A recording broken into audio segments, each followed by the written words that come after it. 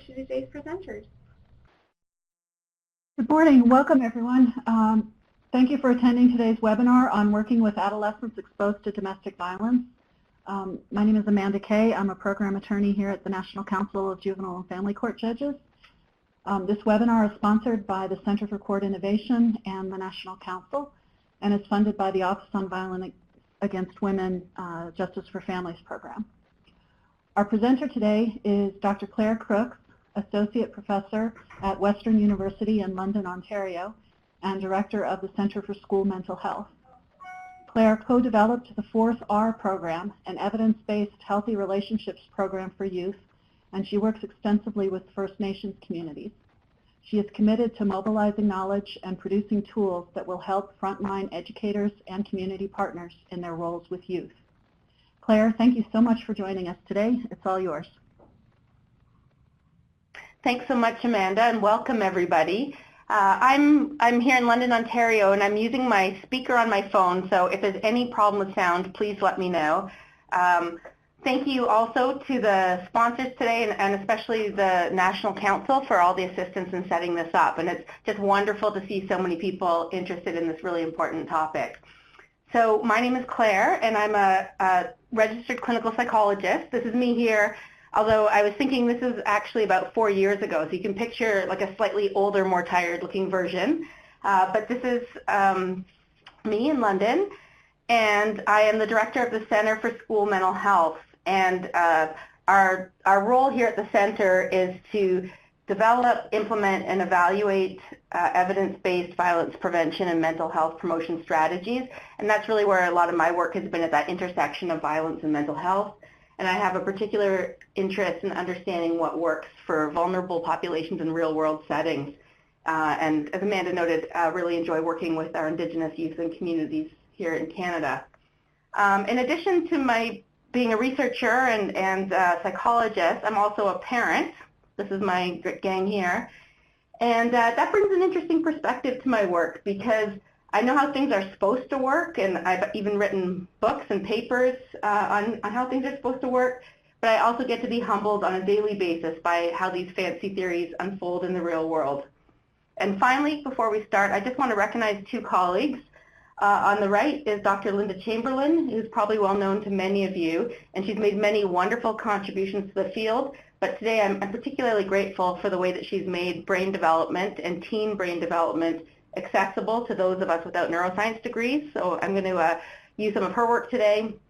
And on the left is my colleague, Dr. Karen Bax, and she and I are currently conducting a trial of the Mind Up program within a trauma-informed framework. And some of the slides I'm using today were developed by her for that project. So in terms of what I'd like to cover in the next 90 minutes, we are going to talk a bit about trauma and toxic stress and sort of defining those and making sure we're all on the same page.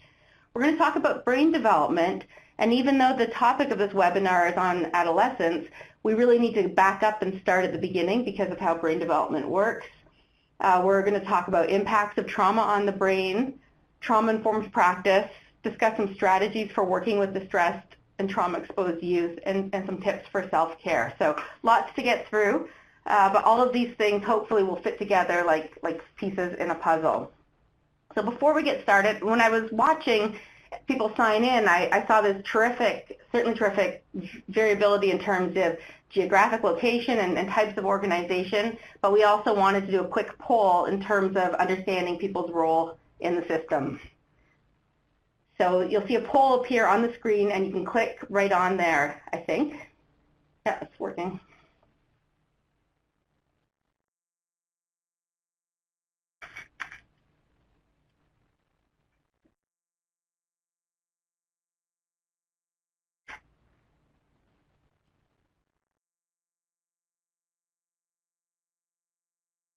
All right. Give it a couple more seconds maybe, Alicia, and then we can close the poll. So it looks like about half of our group today is advocates, and then we've quite a range of some attorneys, child welfare workers, court personnel, corrections, mental health, social services, and a few supervised visitation center staff. And that last one's actually a bit surprising because that's initially who we thought the audience was going to be for this. So there's a few places where I'm going to talk about supervised visitation specifically, but we may try and make it a little bit more general given the range of audience. Okay. So given this diversity in terms of roles and settings, my goal today is that every participant, regardless of your role in the system or how long you come into contact with youth, leaves this webinar with a better understanding of adolescent trauma and development and how you can help create emotional safety to support resilience and growth. So some of you may work with individual youth and families over an extended period of time. Some of you may have very brief contact, but some of the principles and strategies I'm going to talk about really work regardless of your role. And when we move to a system where everybody's on the same page trying to do these things, even in those 15-minute interactions or 6-month or 3-year interactions with youth and families, then we're going to start to see a difference. So that's the goal, that every single adult working in the system has this basic understanding of trauma and its impacts and can do their part in whatever role they're in to create a safe environment. I want to start by having you think a little bit. We're going to back up from adolescence and think about 3 different 6-year-olds, hypothetical 6-year-olds. And it's important to back up because adolescents, teens, don't just show up out of nowhere. Obviously, they are babies and then young children and develop and grow through childhood. And so throughout today, even though we're going to focus on adolescence, I'm also going to keep reminding you that development is cumulative, so things that kind of happen all the way along affect children's development and continue to through their teen years. So I want to think about 3 different 6-year-olds in different circumstances and start thinking about their different risk and protective factors. So here's our first one. So imagine a young girl who's 6 years old. She has 2 parents, lives in a comfortable home in the suburbs, goes to a good school. She's white. Like all children, she has strengths and vulnerabilities.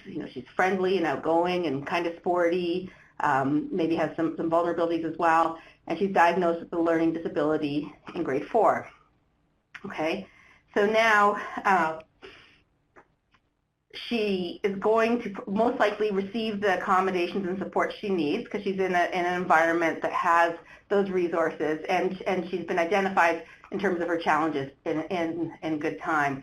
So let's take the same child but change this sort of one factor. So imagine this child who's not in a comfortable suburb but living in an apartment in the city because her family is struggling with poverty and living paycheck to paycheck.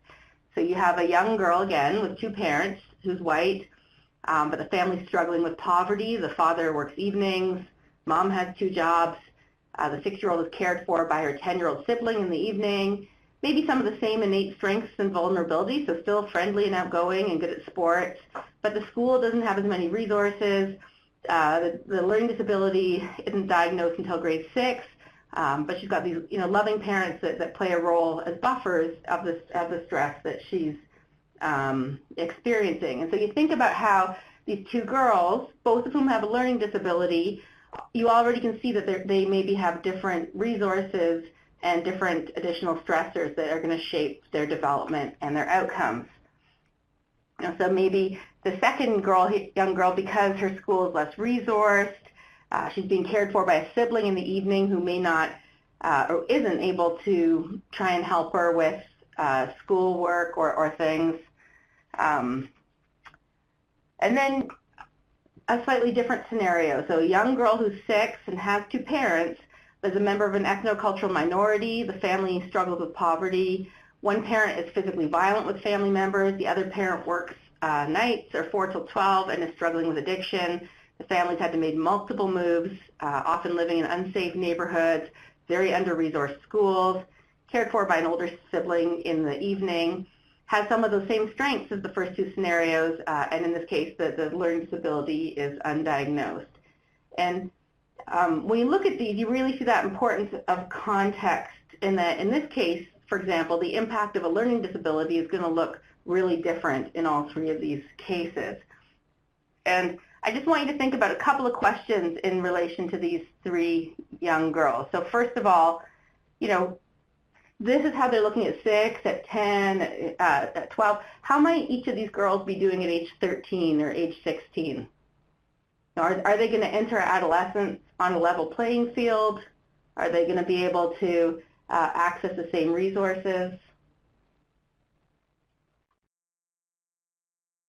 Do we have this context for youth who walk through the doors of our sites? And by that I mean, do we know when we see a child or adolescent come into our building, do we have that background story? You know, sometimes we do, or sometimes we may think we do, but we don't always know that background information and that sort of balance of risk and protective factors.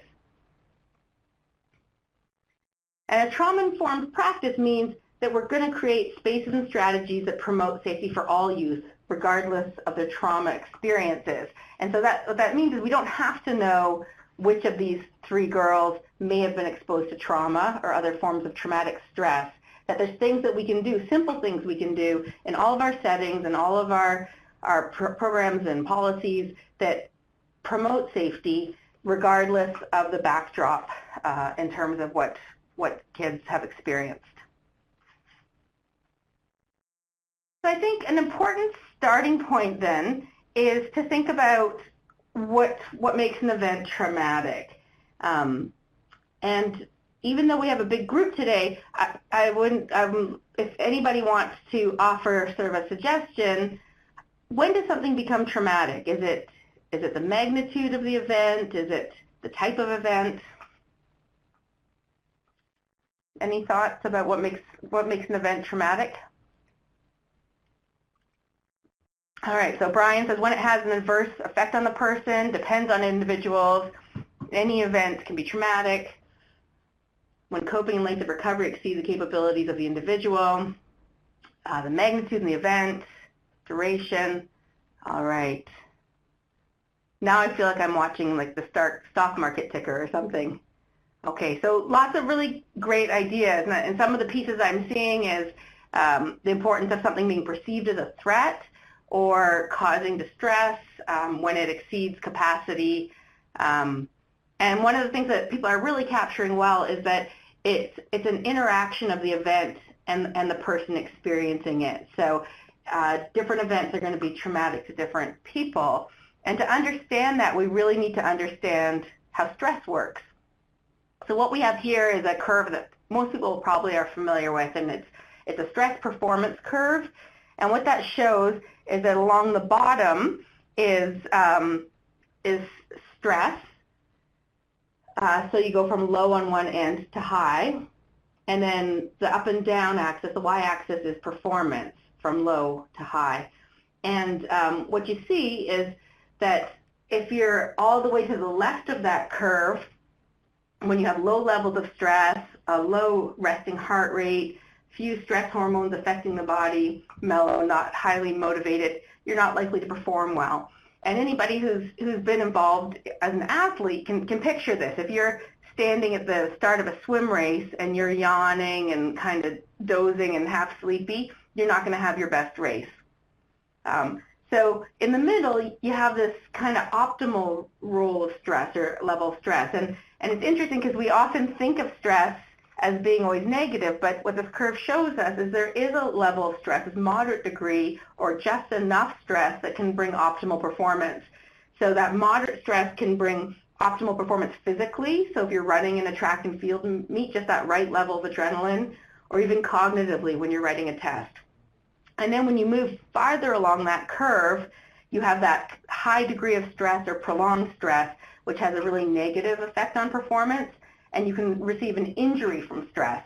So that's if you have that stress. So you think about weightlifting, and if you're doing too much, too heavy over time, there's a physical impact, and stress can have that same impact of wearing down the body and creating physical stress as well as internal stress, so in the mind. So if you have extreme anxiety and you're trying to write an exam, it's going to affect your ability to study, to remember what you studied, and to problem solve, and negatively affect your performance in a test.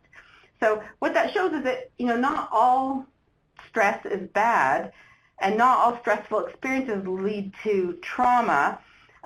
But when we look at what's a traumatic event, and a number of people mentioned this, actually the first several comments in the chat box kind of hit this. It's that when it overwhelms a child's capacity to cope. So it's the absence, or like children don't have the ability to respond to a stressful situation on their own, manage it, and return to a sense of calmness and control. And so it's the absence of or limited resources available to help a child do that. And when children are young, they typically need an adult to help them do that, respond to the stressful situation, manage their emotions and arousal, and return to a sense of calmness and control. And so when we look at adolescents, we expect them to have these skills to a larger extent. You know, they're developing cognitively, their brainards are developing more, and we expect them to do this more than we would expect a 6-year-old or a 9-year-old. But the reality is if adolescents have not had opportunities during childhood to practice these skills, this responding, managing, and returning to a sense of calmness and control in the face of stressors, if they haven't had opportunities to do that with the assistance of supportive adults, they're not likely going to magically figure them out as adolescents. So that's to my earlier point that we need to look at childhood into adolescence as that developmental continuum, because all of the skills and experiences that children are learning from as they go along and that are affecting their physiology are going to come into adolescence with them. So we also talk about this notion of toxic stress. So we don't, stress in and of itself isn't a bad thing. A little bit of stress or a little bit of arousal for your body can make you perform better. But then we reach this area of toxic stress, which is a bit different. So toxic stress is caused by extreme prolonged adversity or multiple adversities in childhood in the absence of a supportive network of adults to help the child adapt. So children, are pretty resilient, and when they're surrounded by these supportive adults who are able to help them manage stress and return to sort of that normal or calm state, there's lots of examples of children who have faced pretty significant stress and trauma and really show that resilience. What's challenging in the case of domestic violence is that because of the nature of it, often the victim parent is the one who would be most able to do that, helping a child manage, respond, return to a normal, calm state. And they may not be able to do that because they are also a victim of violence as well. So at this, just to map out those girls we're talking about, the 6-year-old living in the suburbs probably experiences some stress from time to time, and it can be hard to have a learning disability, and maybe there's times in class where she feels kind of anxious but she doesn't know what's going on. She might experience brief increases in heart rate, mild elevations in stress hormone levels, but is going to return to that kind of calm, resting state because she has lots of safe, supportive adults surrounding her and lots of other resources. Now the young girl experiencing poverty is going to have, she has lots of more serious stress to deal with, but again, that's buffered by supportive relationships. So it's not great, there's challenges, but it may be tolerable. And then you get up to this third case where the prolonged activation of stress response system in the absence of protective relationships is going to have a really adverse effect and going to affect brain development, which is what we're going to talk about. And so all of this is leading to the point of this idea of sort of trauma-sensitive settings or trauma-informed care. People talk about it in different ways. And it's this idea that children bring their experiences of trauma and toxic stress everywhere they go. And as our understanding of the impacts of trauma and toxic stress has grown, there's also this growing consensus that we need trauma-sensitive settings. And it's not about identifying victims of violence and trauma and trying to do something different. It's a universal approach such that even if we don't know who they are or which children have experienced stress in schools, in our different settings, that there's things that we can do to approach them in a way that's trauma sensitive and going to promote development.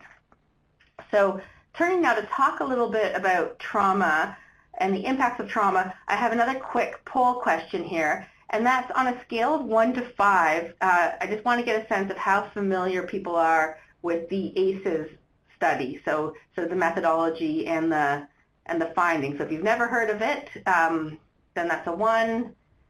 If you feel like you hear about it every time you go to a conference, that's a 5.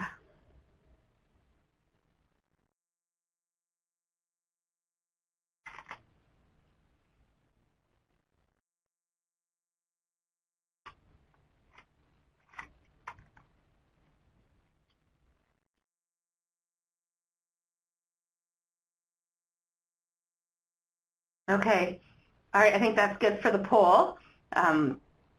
So what we're seeing here is quite a range. So I am going to talk about this a bit because the Adverse Childhood Experiences Study is a really important study that was done in the States that has really changed the way that we see children and the way that we are thinking about our systems.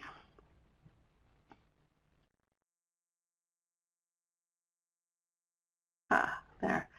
Okay, so the Adverse Childhood Experiences Study was a large study done in the 1990s, and it was groundbreaking at the time. It was taken on by the Center for Disease Control and Department of Preventive Medicine in San Diego, and it explored the relationship between children's experiences of what they called adverse childhood experiences. So they were the first people to kind of coin this term, or ACEs, and then their subsequent physical and emotional health as adults. And it was done with 17,000 adults who were part of a large HMO. And they were asked questions about their childhood in regards to experiences of abuse, neglect, and other trauma. And if you look at this slide, it shows the kinds of things they were asked about: recurrent physical abuse, recurrent emotional abuse, contact sexual abuse, living with an adult with addiction problems, living with someone incarcerated, living with an adult with a mental illness, witnessing a mother treated violently, parent separation or divorce, physical neglect, or emotional neglect. So it asked about all of these things. And what came out of the study are 2 key things that really have changed how we look at trauma, toxic stress, and childhood. So the first big finding was that adversity in childhood is much more prevalent than we thought. And multiple adversities is much more prevalent than we thought. So what you see is that almost 40% of adults report experiencing 2 to 4 plus adverse childhood events.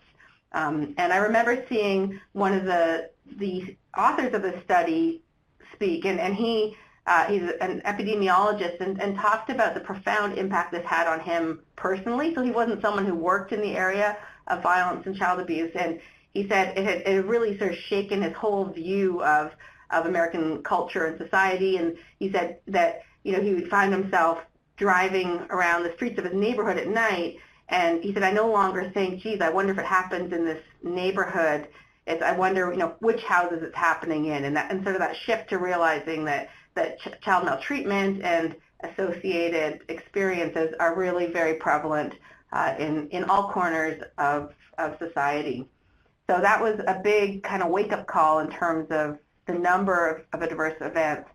But the second part, which was quite profound, is this idea that it almost didn't matter what the specific adverse childhood event was. It's the number of them that matters, and it's what we call a dose response. So this idea that as you add the number of adverse events, that the negative outcomes climbs, and it almost doesn't matter which negative outcome you look at. So, I'm going to give you some examples from sort of behavior and mental health, but they found this in terms of obesity outcomes, in terms of heart disease, that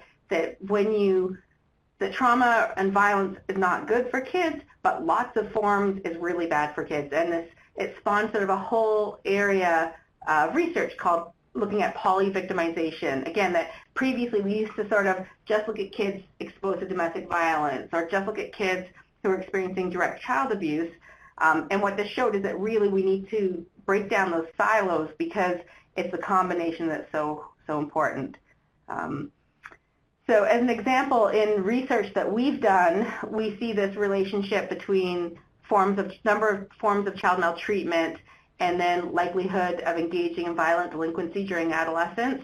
And what we found with our sample, which was Canadian, is that youth who were reporting no adverse childhood experiences or no forms of child maltreatment had about a 3% chance of engaging in violent delinquency. Well, if you added one form of maltreatment, that jumped to 8%. If you added two forms, it was closer to 20%. And by the time you got to 3 or 4 or more, it was around 40%. So this very sharp curve showing a relationship between adverse events and negative outcomes.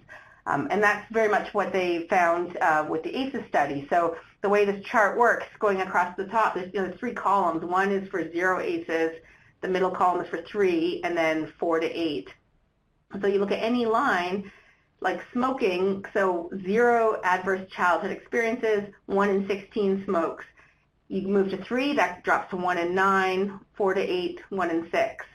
And you see some really significant relationships here. So 1 in 480 uses IV drugs for 0 ACEs. That drops to 1 in 30 when you're looking at 4 to 8. Or again, the bottom one, which I think is very compelling. So 1 in 96 attempts suicide with 0 ACEs. You go to the 4+, and that drops to 1 in 5 or 20%. So these are very, very strong risk ratios in terms of the impact of cumulative forms of child maltreatment and associated events. So this study was really kind of a game changer in terms of understanding that we're talking about a public health problem that affects way more Americans than previously recognized, and that has really profound impacts and costs to society. And I think the thing to remember is this sample was a large HMO. So these were all adults who were employed and had some protective factors. So this wasn't, we're not even looking at the most vulnerable members of society with this study. This is just what would be considered sort of an average sample. So, people have done a lot of thinking about how this works. Like, why does having negative experiences as a kid make you more likely to have heart disease? And they've sort of put together this idea of these mechanisms that adverse childhood experiences can disrupt neurodevelopment, and that's what we're going to talk about in detail today, which your neurology, your neurobiology is the underpinnings of your social, emotional, and cognitive functioning. So when you have disrupted neurodevelopment, you have social, emotional, and cognitive impairment. You have adoption of health risk behaviors, which leads to disease, disability, and social problems, and early death. So to really look at this, the middle bands here, the disrupted neurodevelopment to social, emotional, and cognitive impairment, we'll have to talk today about how brain development works typically, and then the ways that trauma gets in the way. So the ACEs study was groundbreaking, but it was what we call a retrospective study, in that you're asking people to remember past events. And that can have pros and cons because people's memory isn't always perfect, and there's all kinds of bias. So a subsequent study was done looking at adverse family events, and this time they followed people prospectively. So that meant that they were asking about children and talking to parents in real time, sort of as things were going forward. And included over 65,000 parents of 6 to 17-year-olds, and they were asking these parents about the kinds of things that their children were experiencing, and then they were looking at, again, at different outcomes. So very similar picture here in terms of the impact of cumulative stressors. So you look at current depression, the rates were much higher for youth with 3+ adverse family experiences, current anxiety, ADHD, and current conduct problems. So it's very clear from these studies and numerous other studies that these early ones triggered that children and youth experience a lot of stress and trauma and toxic stress, and then when these things pile up, we see really negative impacts. And more recently, advances in neuroscience have started to make these links more clear. So we're going to shift now to talking a bit about brain development. And as I said, although we're going to be focusing on adolescence, we really need to begin at the beginning because brain development during adolescence is an extension of the development that's been happening already in utero, across infancy, and across childhood. So we're going to show a brief video here just to look at early brain development and to set the stage for our discussion.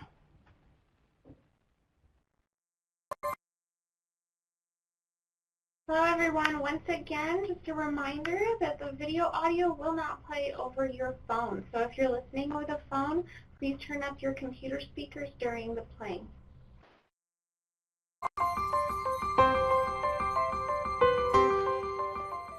A child's experiences during the earliest years of life have a lasting impact on the architecture of the developing brain. Genes provide the basic blueprint, but experiences shape the process that determines whether a child's brain will provide a strong or weak foundation for all future learning, behavior, and health. During this important period of brain development, billions of brain cells called neurons send electrical signals to communicate with each other. These connections form circuits that become the basic foundation of brain architecture. Circuits and connections proliferate at a rapid pace and are reinforced through repeated use. Our experiences and environment dictate which circuits and connections get more use. Connections that are used more grow stronger and more permanent. Meanwhile, connections that are used less fade away through a normal process called pruning. Well-used circuits create lightning-fast pathways for neural signals to travel across regions of the brain. Simple circuits form first, providing a foundation for more complex circuits to build on later.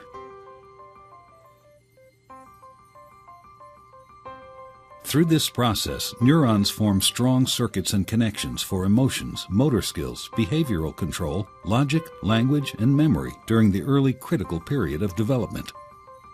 With repeated use, these circuits become more efficient and connect to other areas of the brain more rapidly. While they originate in specific areas of the brain, the circuits are interconnected. You can't have one type of skill without the others to support it. Like building a house, everything is connected, and what comes first forms a foundation for all that comes later.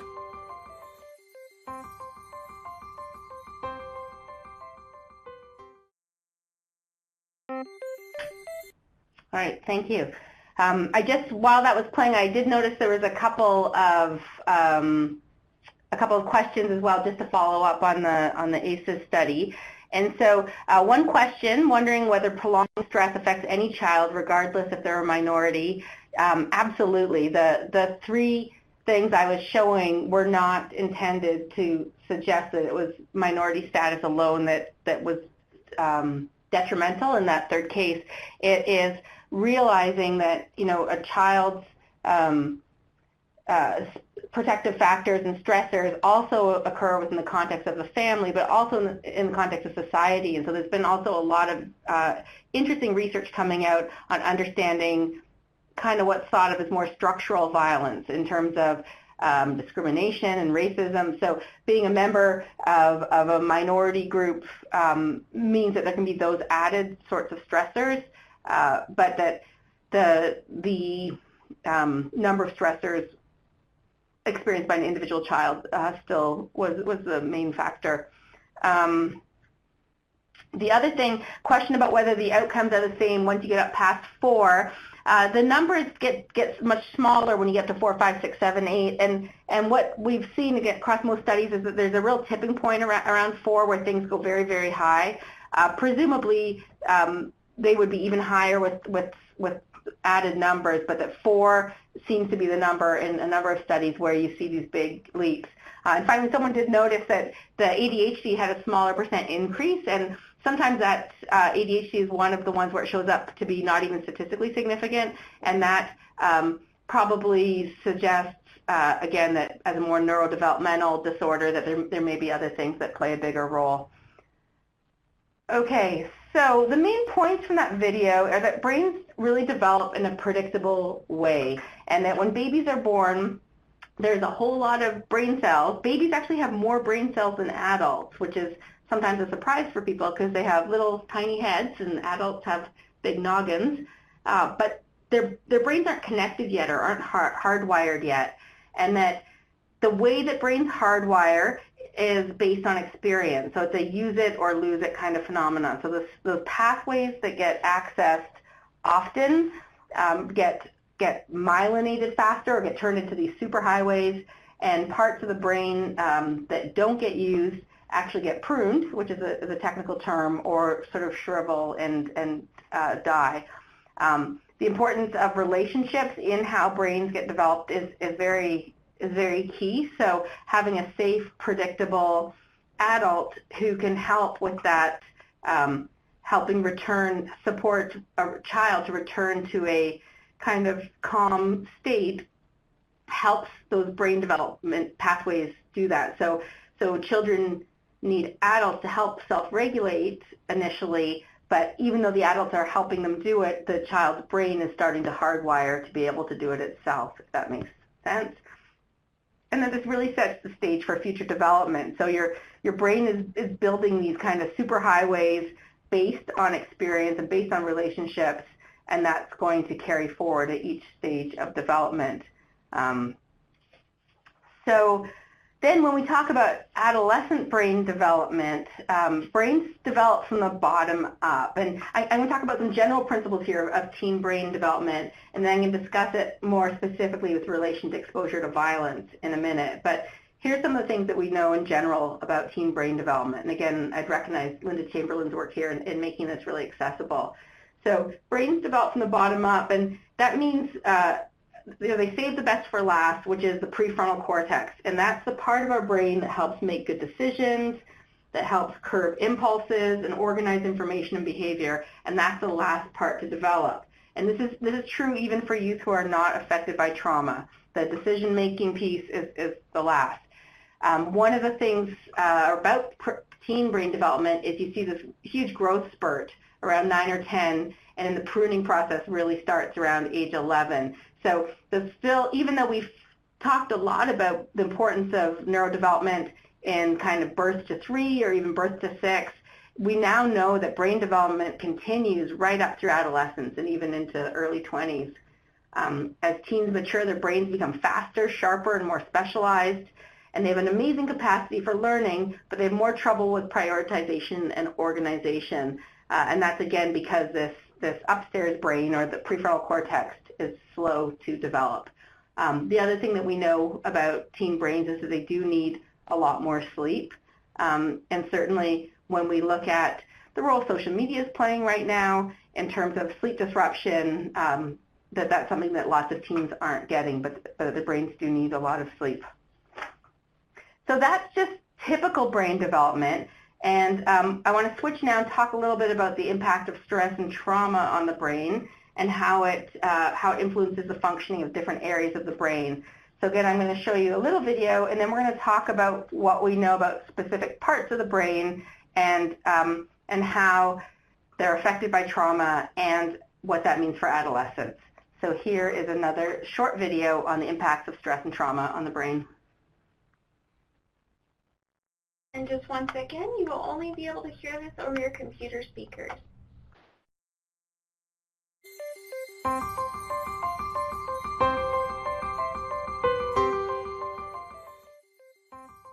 Learning to deal with stress is an important part of healthy development. When experiencing stress, the stress response system is activated. The body and brain go on alert. There's an adrenaline rush, increased heart rate, and an increase in stress hormone levels. When the stress is relieved after a short time, or a young child receives support from caring adults, the stress response winds down and the body quickly returns to normal. In severe situations, such as ongoing abuse and neglect, where there is no caring adult to act as a buffer against the stress response stays activated. Even when there is no apparent physical harm, the extended absence of response from adults can activate the stress response system. Constant activation of the stress response overloads developing systems, with serious, lifelong consequences for the child. This is known as toxic stress. Over time, this results in a stress response system set permanently on high alert. In the areas of the brain dedicated to learning and reasoning, the neural connections that comprise brain architecture are weaker and fewer in number. Science shows that the prolonged activation of stress hormones in early childhood can actually reduce neural connections in these important areas of the brain at just the time when they should be growing new ones. Toxic stress can be avoided if we ensure that the environments in which children grow and develop are nurturing, stable, and engaging.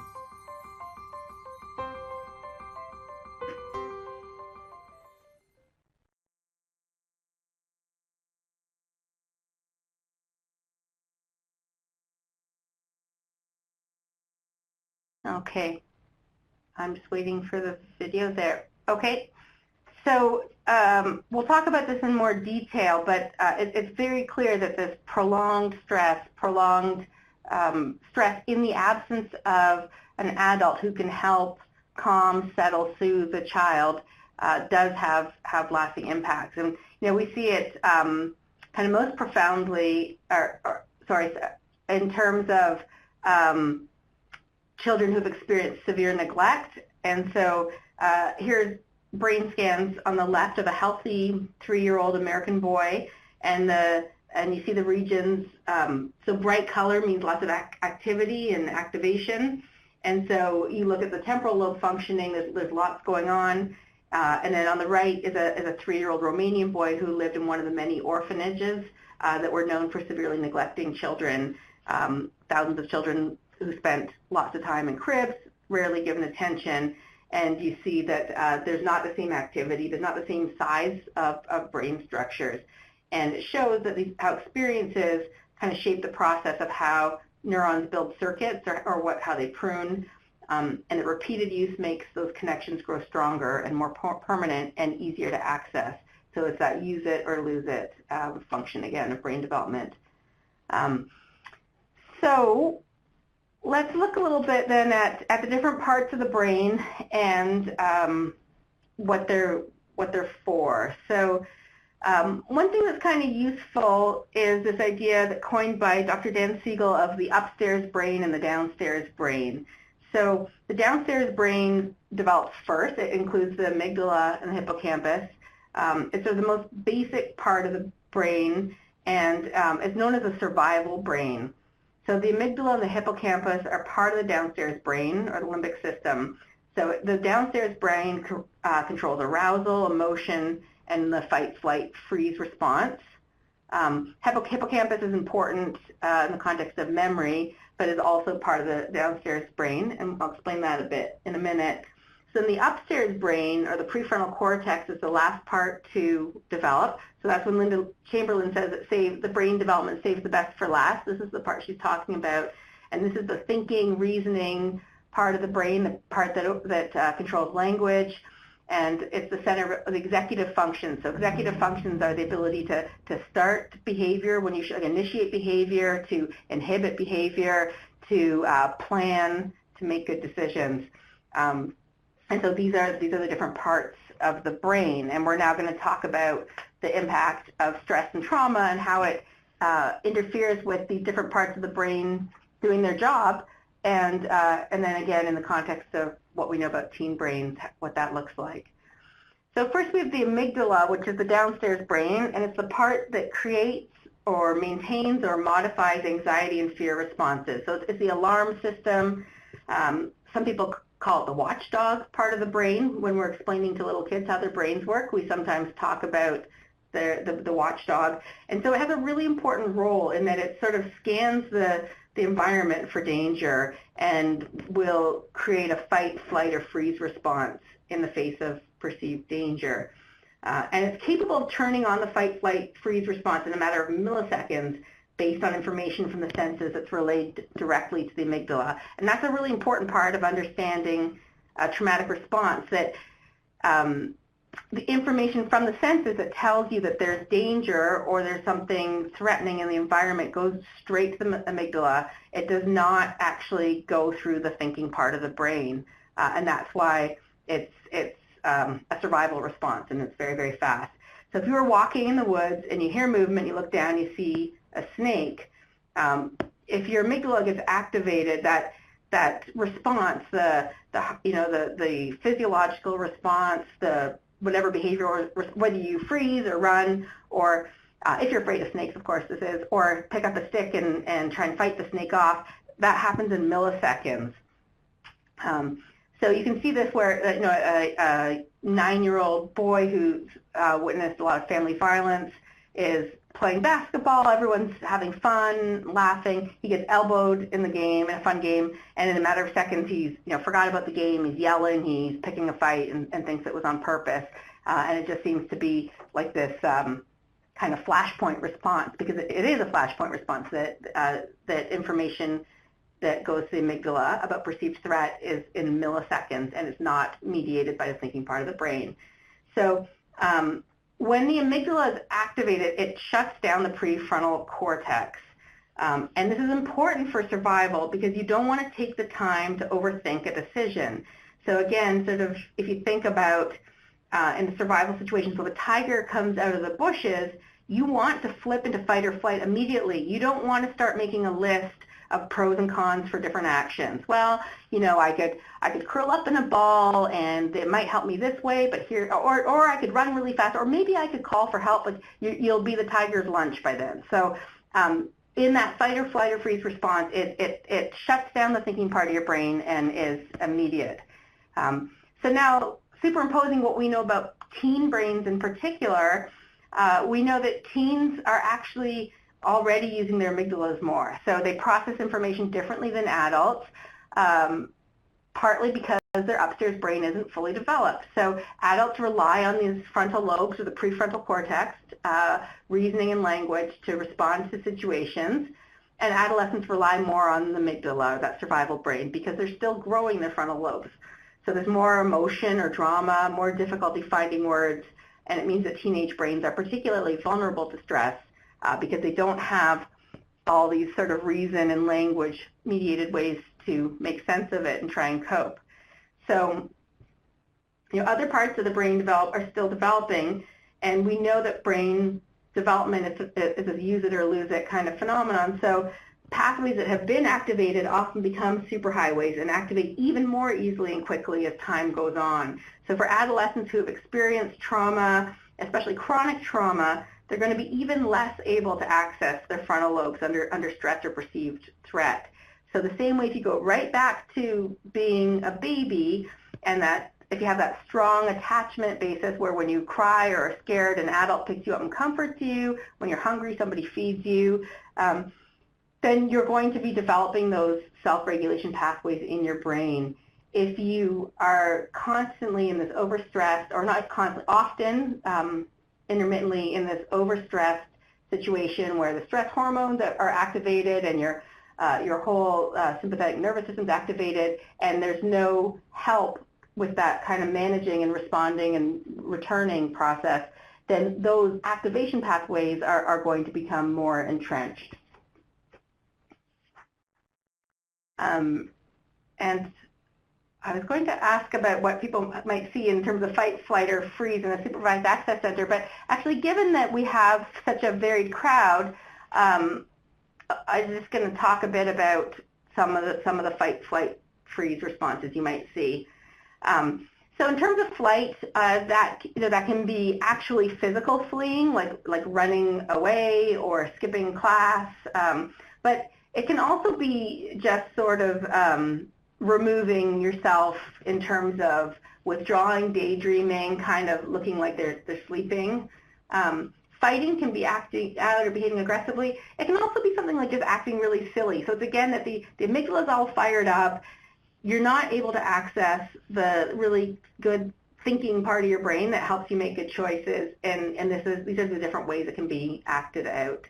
And in terms of freezing, we see kids exhibiting numbness or refusing to answer or seeming to behave in really self-defeating ways in terms of not getting their needs met, or even describing sort of a numbness of being unable to move. So all of these can be signs that the stress and the situation is overwhelming, they're coping, and their amygdala is really activated. And so it's not a time where a youth would be able to explain what's going on or The conversations about why are you acting like this, or what do you think is going to happen when you do this, are not useful at this point because they're not actually able to access that part of their brain, and they're really in this survival brain part.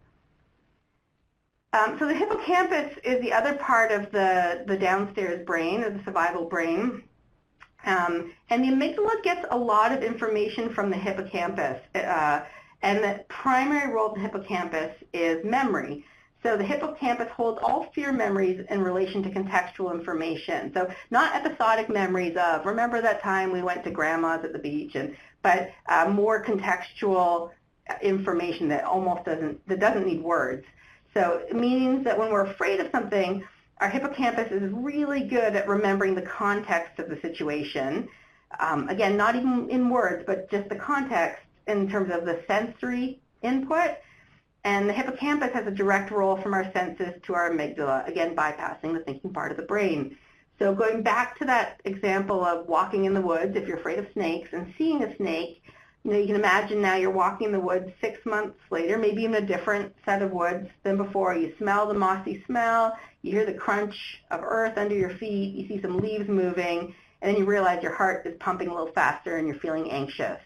And it's not that you are walking along thinking, geez, this reminds me of that time I saw that big snake in the woods, and ooh, this is starting to feel like a snake kind of day to me. It's not at that level. It's this survival downstairs brain taking in sensory information that goes straight to your fight, flight, or freeze center, your amygdala, and prepares your body for danger. So, the hippocampus memories, which are not even in words, can trigger the amygdala activation. And interestingly, smell seems to be particularly effective for that. So in terms of how this looks in terms of teen brain development, we do see some gender differences in brain development, and that overall girls' brains develop earlier during adolescence, and the hippocampus grows faster and larger in young women, which may lead to improved ability to size up social situations, be emotionally supportive, and coordinate complex relationships. In general, the boys have busier and bigger amygdalas, and that may explain sort of a relative physical busyness and risk-taking. Having said that, it's really important to understand the difference between population-level patterns and individual difference. So even though the average 17-year-old boy prefrontal cortex may look similar to the average 13-year-old girl prefrontal cortex, averages aren't that useful when we're trying to understand the individual child or youth in front of us. So it's important to not overgeneralize, but to recognize that there are some differences, group differences, in terms of how brain development unfolds. So now we get to that upstairs brain, or the prefrontal cortex, and that's the last part that's important for us to know about for understanding toxic stress and trauma. And this is the last part of brain development, so this is the best for last idea. And the prefrontal cortex is our thinking brain. It's the smart part of our brain. It uses reasoning and logic. It has the conscious memories. It's responsible for awareness and detailed information and flexibility in thinking. And its primary purpose is to regulate the downstairs brain. So again, often when we talk to kids about having a watchdog part of our brain, the prefrontal cortex is like the wise old owl that helps give good messages to the watchdog about when they can sort of stand down from being growly and on guard. But when the watchdog gets too growly and on guard, the wise old owl can't do anything.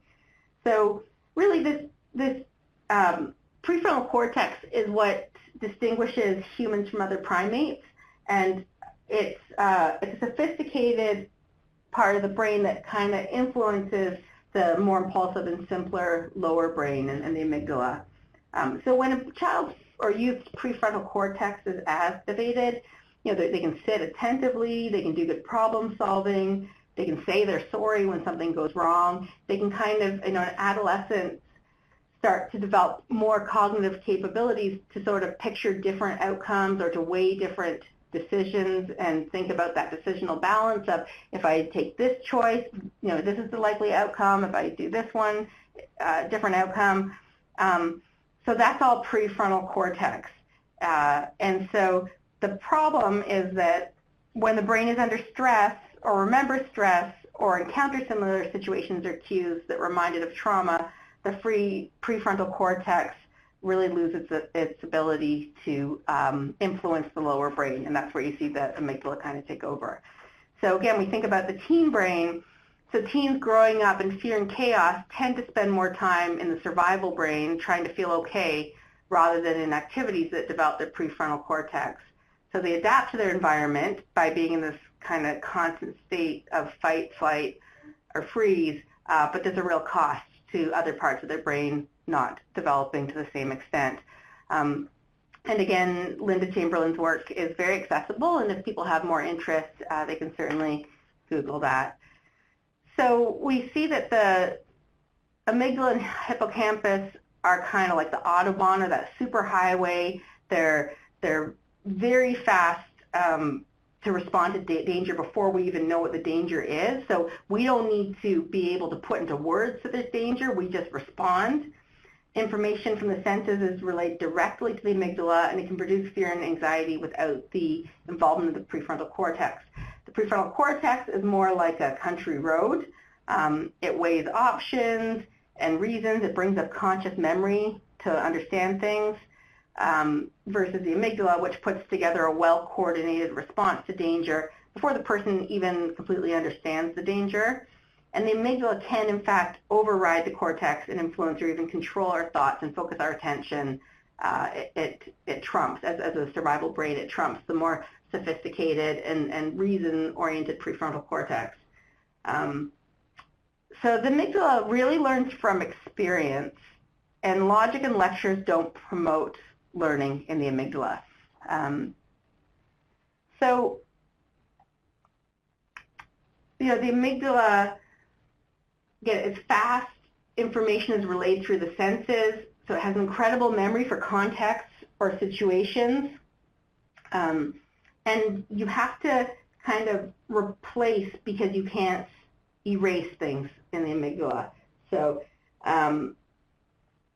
the amygdala can be triggered, and you have that stress response, and a youth can feel very agitated and not know why. So because it's that more basic survival part of the brain, there's not all the language with it of being able to understand, and there's not that self-awareness to understand why you're feeling activated. So again, if a youth is in a fight, flight, or freeze mode, reasoning with them doesn't work very well because the thinking, reasoning, language part of the brain is essentially offline. So how we can help youth, we need to activate the amygdala to generate new connections. So they have to learn new pathways, and this is where, again, that idea of neuroplasticity comes in, that the brain is always developing, but learning new pathways of when there's sort of manageable stress and different outcomes.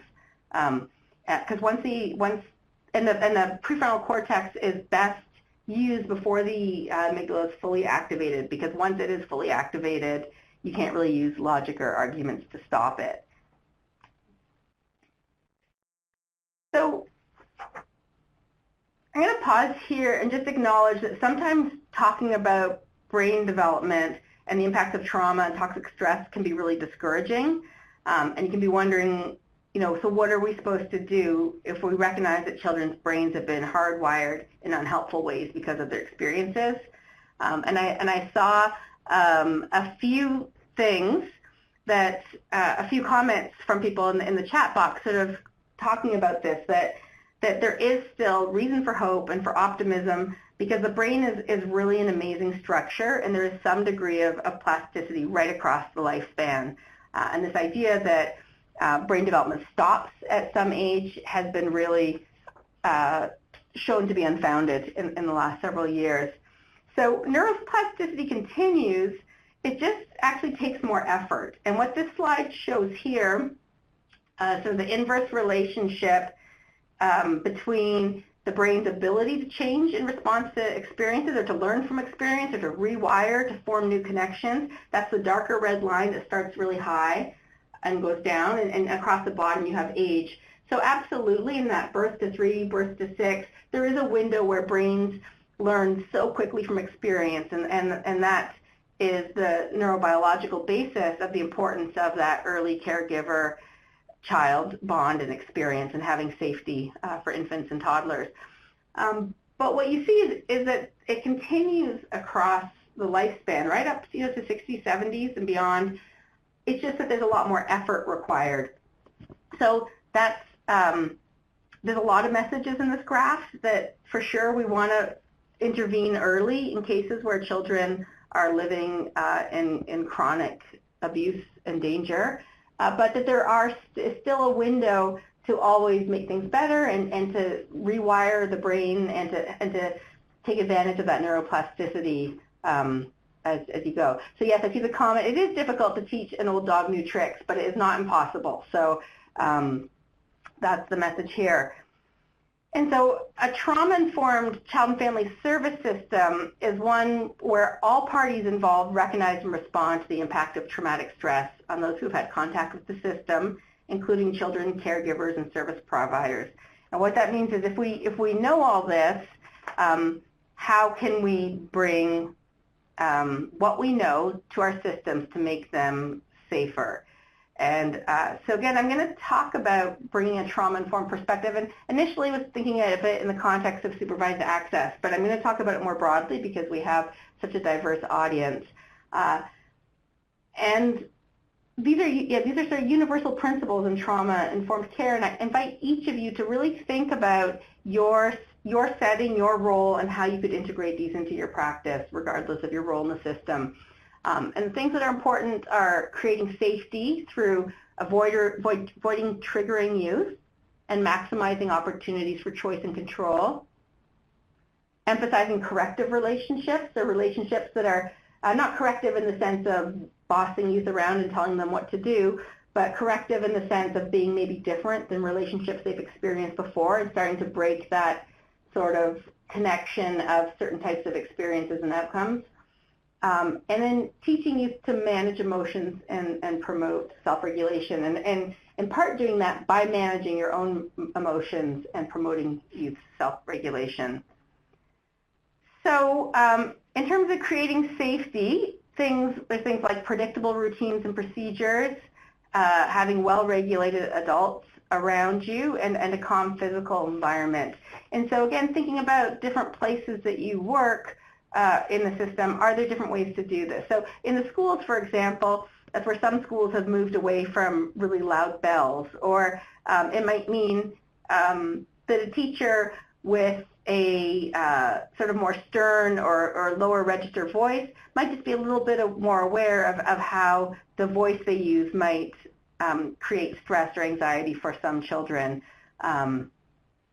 Interestingly, a lot of things that are considered trauma-informed, so predictable routines and procedures, well-regulated adults, and a calm physical environment are important for all children and youth, or good for all children and youth. So it's not like you're doing something special just for youth who've experienced trauma. These are things that are good for all child and youth development. They're especially important for youth who've had these negative experiences and experienced trauma.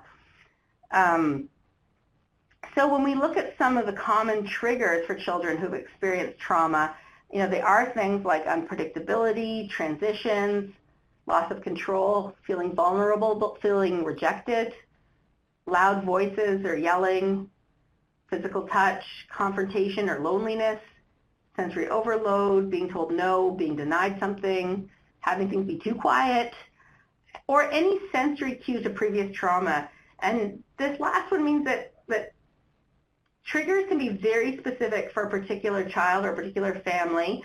And so you might get a sense talking to a non-offending parent about things that could be triggers, but often people don't recognize their triggers, especially youth can't necessarily say, every time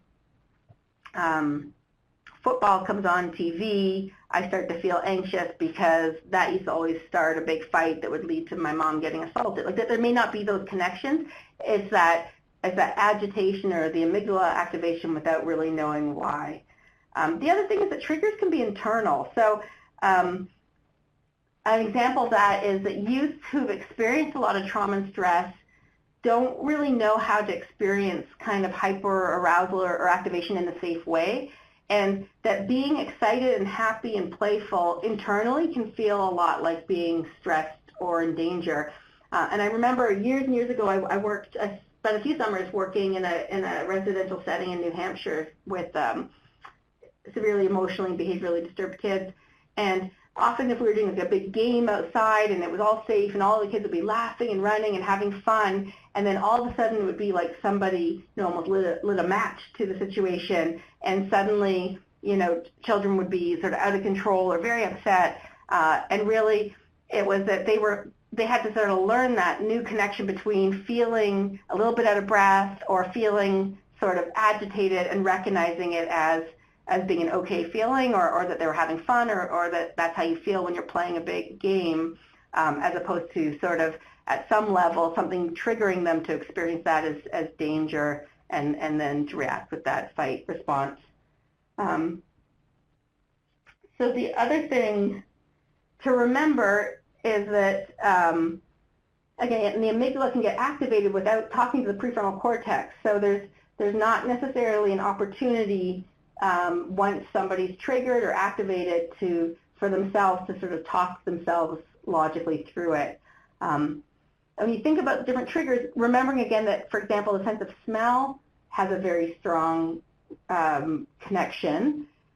What does that mean, smelling? So in a supervised access, a supervised visitation setting, you might be sitting across from somebody who perpetrated violence towards your mom, and maybe the person's on their very best behavior, but just the smell of their aftershave or their deodorant or something like that could create such a sense of anxiety without, again, necessarily being able to put that in words.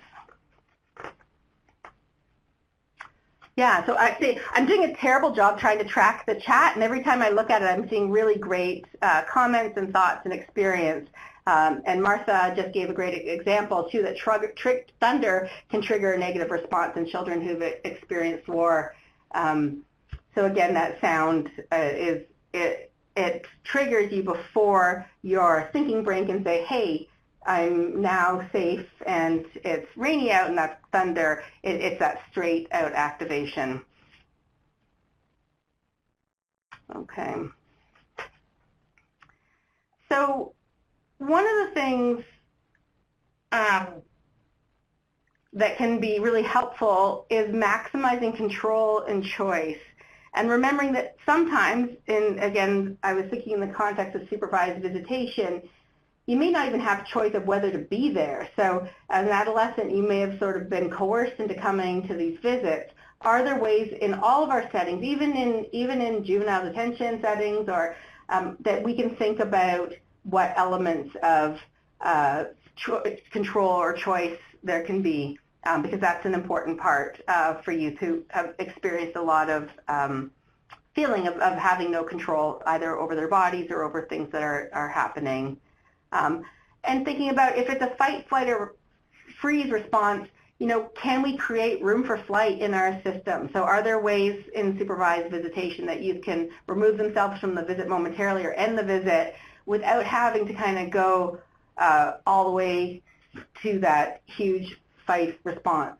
So, and again, when we give youth opportunities and strategies to manage or regulate, return to calm situations, when we give them opportunities to do that without having to completely lose control, that's going to start to strengthen those pathways that they need to be able to access more easily and more readily. So part of this is about supporting children and youth to re-experience relationships differently. And that's key to trauma recovery and change. And it's interesting, the brain science, everybody's all excited about the brain science right now, but some of this is very much what clinicians have known and recognized, what community members have known and recognized for years. And the brain science, I think, is sort of helping us understand it at a more biological basis, but it's supporting what we've known for a long time, that brain development really happens in the context of relationships. And so one of those kind of rewiring experiences is supporting different types of relationships. And it's more challenging than it sounds as the adults, because children have learned to respond in certain ways to their environment. And if you think back to what Linda Chamberlain says, they've learned things that maybe kept them safe in the moment but aren't that adaptive in the larger world. So when you've learned to come out swinging as soon as there's any aggravation at all, maybe that kept you safe in whatever context you were in, but it also is going to cause trouble in other areas of your life. But if that's what you've learned, then it really is challenging for the adults to respond differently, because it's become such a pattern that as adults who work with and surround these youth, it has to be a very conscious decision to not get kind of sucked into that and to not get provoked.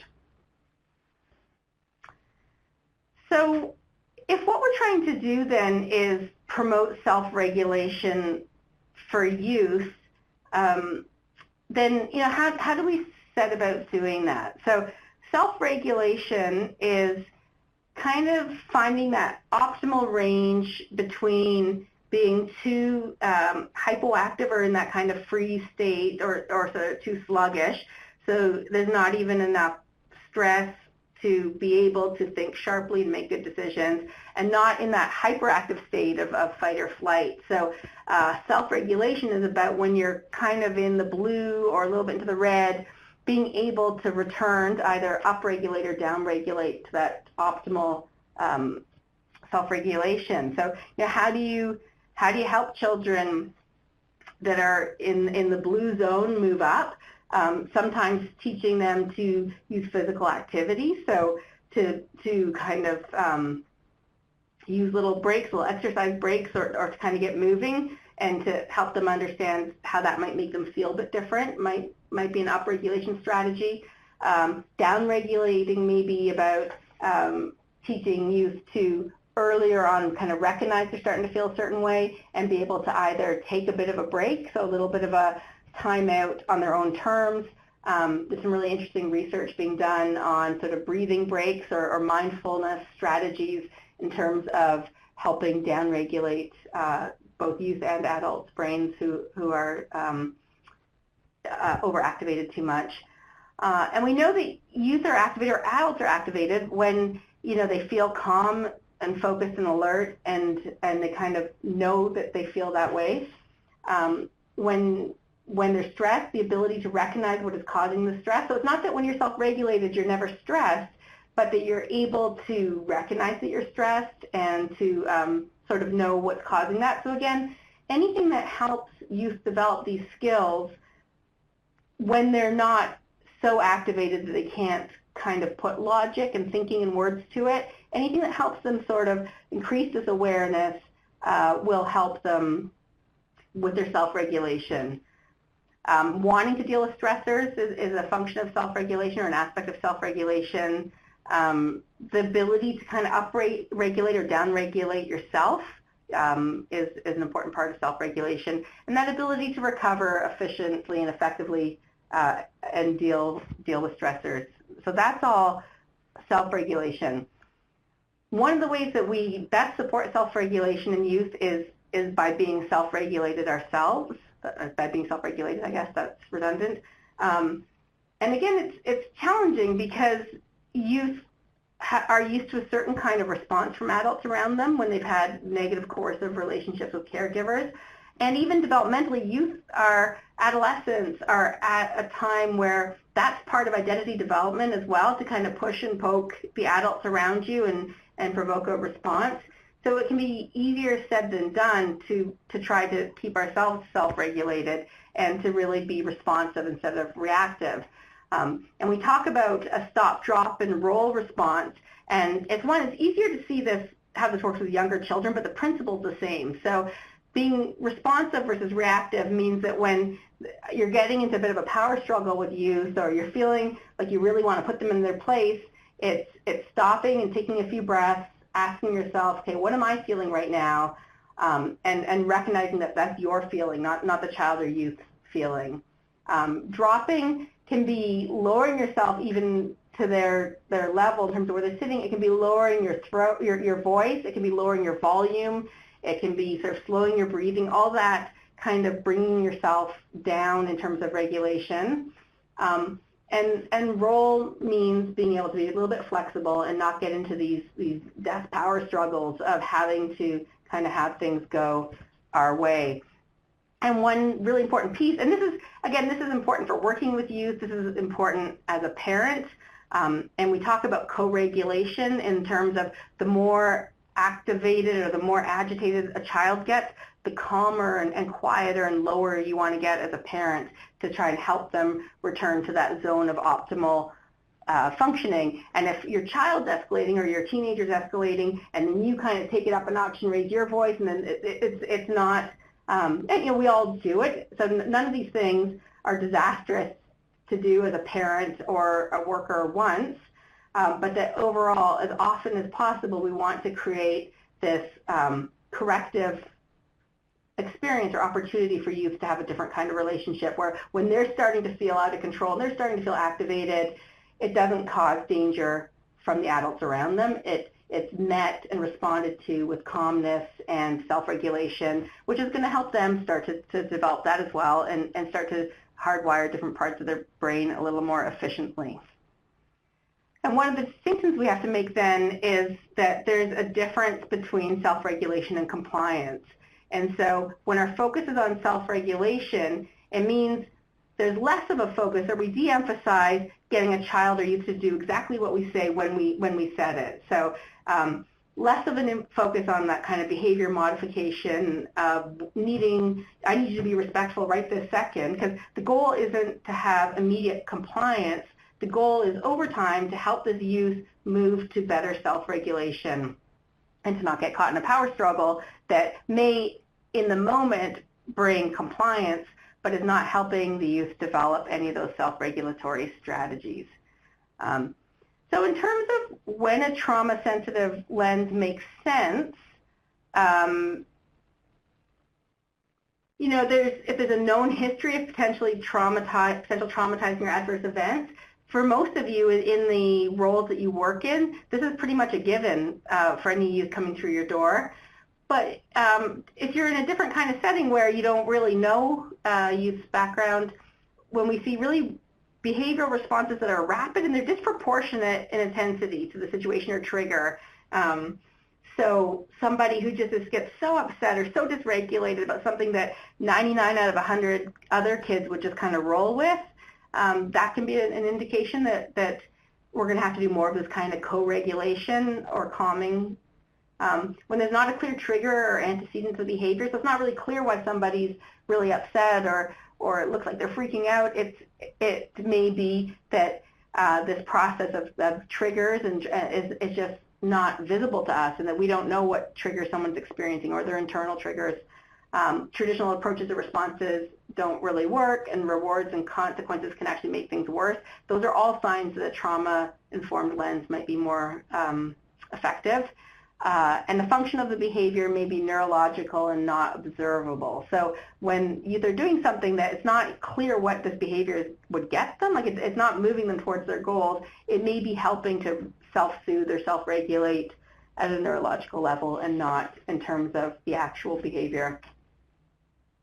Okay, so in the last 10 minutes, you know, we've covered a lot of ground here, but I do want to talk really briefly about self-care, which is a really important piece of any discussion about trauma and toxic stress and trying to create safety for youth.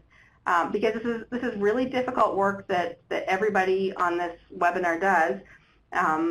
And I just told you that when youth are trying to provoke you and get a reaction, it's essential that you stay calm and zen-like. So that's not easy to do, and obviously self-care is critical.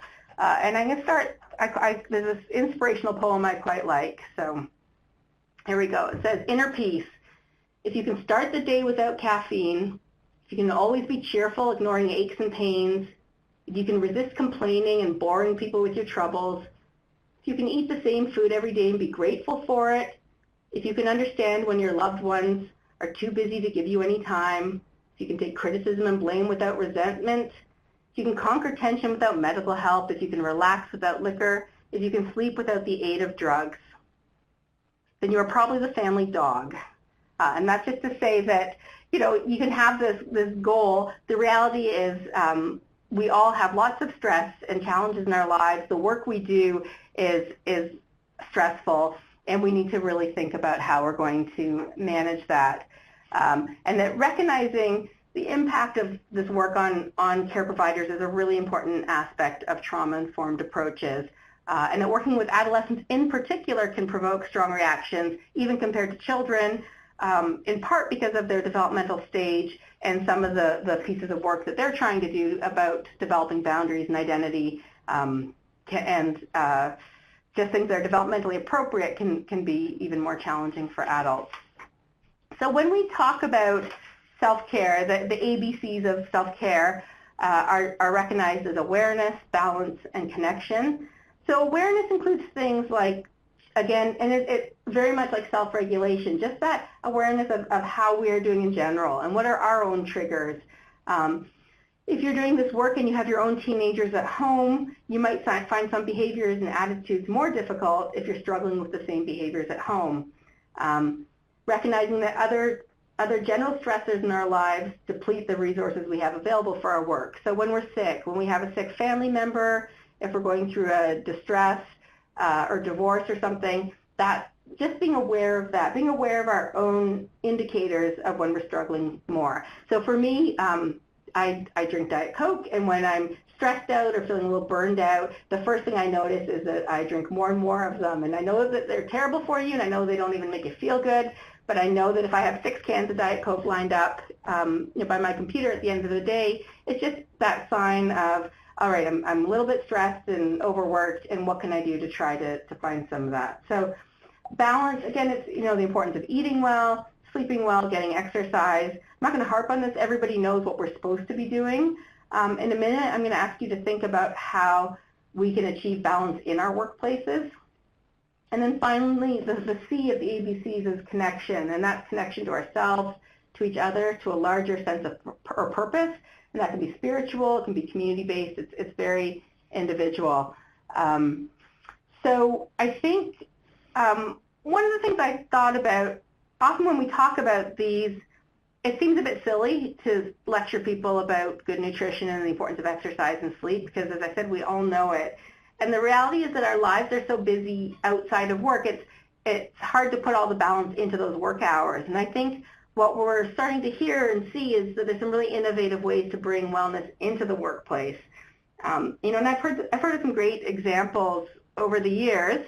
And one of my favorites that stands out in my head from a long time ago, we were talking about vicarious trauma with judges, and there was a judge from Florida who used to do something called jumping with the judge, and it was aerobics in her chambers at lunchtime. I thought that was kind of cool. But just wanting to ask people again if they have good thoughts to share with each other. I think it's often more helpful when it's people who are doing the same work.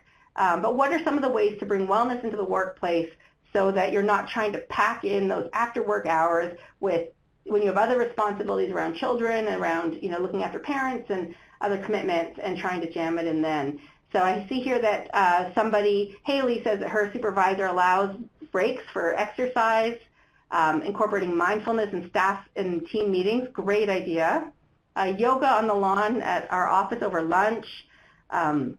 We get 3 paid 30-minute trips a week here. I make my staff take breaks. So the importance of breaks is absolutely essential. Taking a walk during lunch hour with a coworker, not discussing work.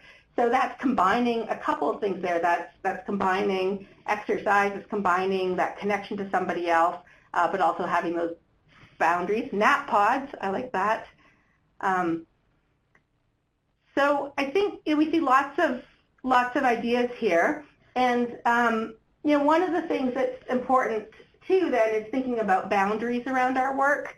So people do that in different ways, either by not taking work home. I like that idea around walking with a coworker but not talking about work. So boundaries between work and other is important. And then finally, the importance of relationships. It's come across this whole webinar in terms of relationships and how they impact development of the youth that we serve and work with. But obviously, relationships are really important for the caregivers as well. and thinking about how to have positive relationships in the workplace is also very important. Flex and stretch, I like that, having a softball team, lots of different things. Yes, more interest in the nap pod, that looks good. So I think, if there's something, I'm not saying, don't leave this webinar feeling guilty once again that we aren't all getting up at 6 and going to the gym or doing those things that we think we're supposed to do, but maybe just take this as a reminder to take a little kind of wellness check for yourself. Are there a couple things that you could do differently at work or that you could start at work that would also help us stay well for this challenging work? So just to kind of summarize what we've talked about today and maybe have a couple minutes for questions, we talked about the impact of violence and really how it was shown in the ACEs study and subsequent research. The impact of violence is lifelong, has many different impacts, including on brain development. There's a huge dosage impact or dosage effect, and that things like chronicity of violence, the cumulative forms and severity all play a role in determining the impact. So we can think about adolescent brain development, we can think about adolescent behavior, but we have to remember that these adolescents, these sometimes surly, smelly teens, were babies and toddlers and children, and that all the experiences, for better and for worse, have shaped them and shaped their brain development all the way along. The brain development in itself is it's amazing the way that a baby's brain gets hardwired by experience. And during adolescence, there's an acceleration of this brain development, and it's a bit uneven. So some of those downstairs brain parts, their survival brain, really outpaces the thinking brain or the upstairs brain, especially for boys. And that, maybe that's part of that increase we see in risk-taking behaviors. And again, this is just typical brain development, let alone when we start to think about the impact of violence and chronic violence and the way that the survival brain may have been hardwired even faster than it should be. And that finally, important strategies for any adult working with youth are promoting self-regulation in youth and showing self-regulation ourselves, and avoiding triggering anxiety and traumatic triggering where we can set up our structures to do that.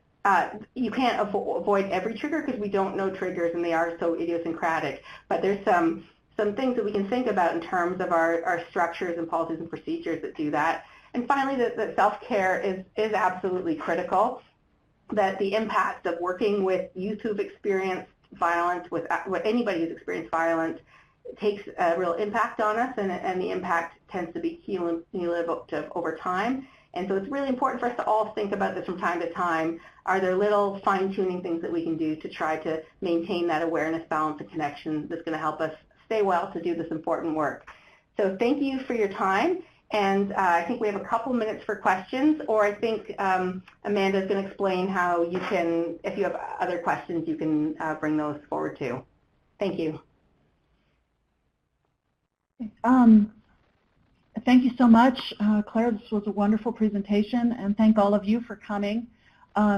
You'll see a web link popped up with the evaluation. Included on that is a space where you can ask any questions that we didn't have time for today. And I think some of them ended up getting answered as the presentation went on. But the common theme through all of them is, could you speak a little bit more about kind of if pruning happened, but those pathways would have been really helpful. And we talked a little bit about this when there were the comments about old dogs learning new tricks. But maybe if you could expand on that just a little bit, because that's where most of the questions had to do, how to help rebuild helpful pathways or Sure. heal those areas. Sure.